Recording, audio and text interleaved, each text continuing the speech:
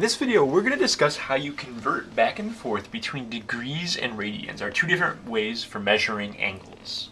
And before we get into those problems, I want to show you how I convert units, just regular units that you would see in a math or science class. Probably similar to what you've learned before, but it kind of helps with later in the lesson here. So, if I wanted to turn 28 inches into feet, I know that 12 inches is the same thing as 1 foot. So I start out my problem with 28 inches here. And what I want to do, I'm thinking about this as like 28 over 1 right now, just making it a fraction. I want to multiply by a fraction that basically is equal to 1. So I want to put these two guys here in a fraction because it's not going to change my answer. It's equal to 1. But I want my units, that like my old units, the inches in this problem, to go away. So I'm going to put my 12 inches down here because when I do that, my inches are going to cancel with each other.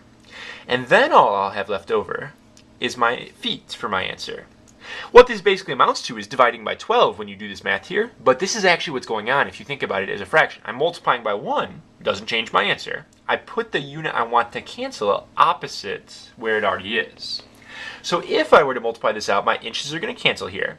I'm going to get 28 over 12 feet, which of course can be reduced.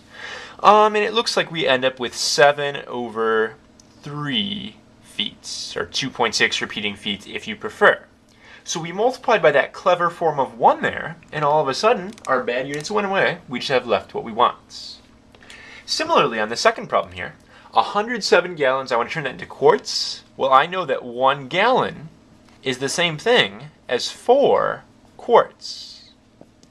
So when I set up this problem here, I have my 107 gallons over just 1, make it into a fraction, times, and I want to multiply by basically 1, so this over this, but I have to decide which one goes on top. I want my gallons to cancel, so I'm going to put this gallon on the bottom here, and my 4 quarts then would end up going up on top. My gallons will cancel here, and all I need to do is 107 times 4, which is going to get me 428 quarts. So you can kind of take these problems right here and just make the units cancel as you see fit, and that's how you really do unit conversions. Now, we're going to take that same concept, and now we're going to apply it to our new units of radians. And the key is you need that conversion, something that's equal. We learned and repeated in the last video that 360 degrees is the same thing as 2 pi radians. So that's good, and you could use that as your conversion for your fraction, but it's a little cleaner if you just divide both parts by 2. 180 degrees is the same thing as pi radians. So what I want to do in these first two problems here is convert them into radians. Right now I'm in degrees. So I want to make a fraction out of these two things, because they're equal.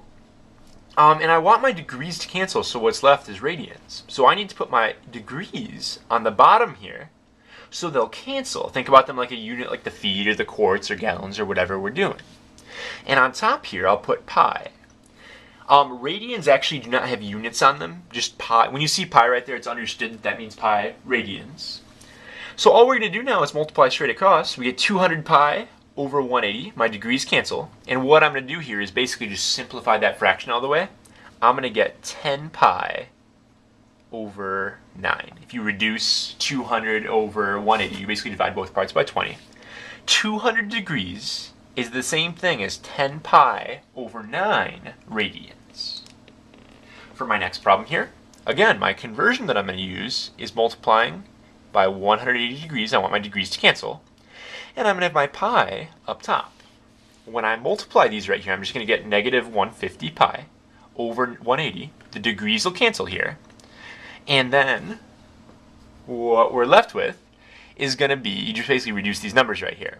So if you divide both parts by 30, you're going to get negative 5 over 6. And then we just have our pi right there.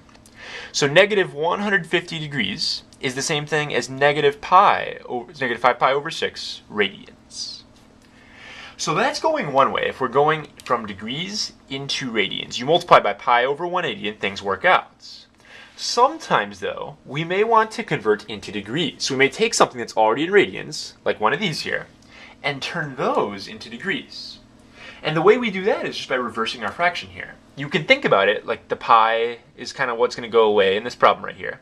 So instead of doing pi over 180, we're going to multiply by 180 over pi. And when you do that, your pi's are going to cancel out right here. So what we have to do is basically multiply these together, 7 times 180, and divide that by 4.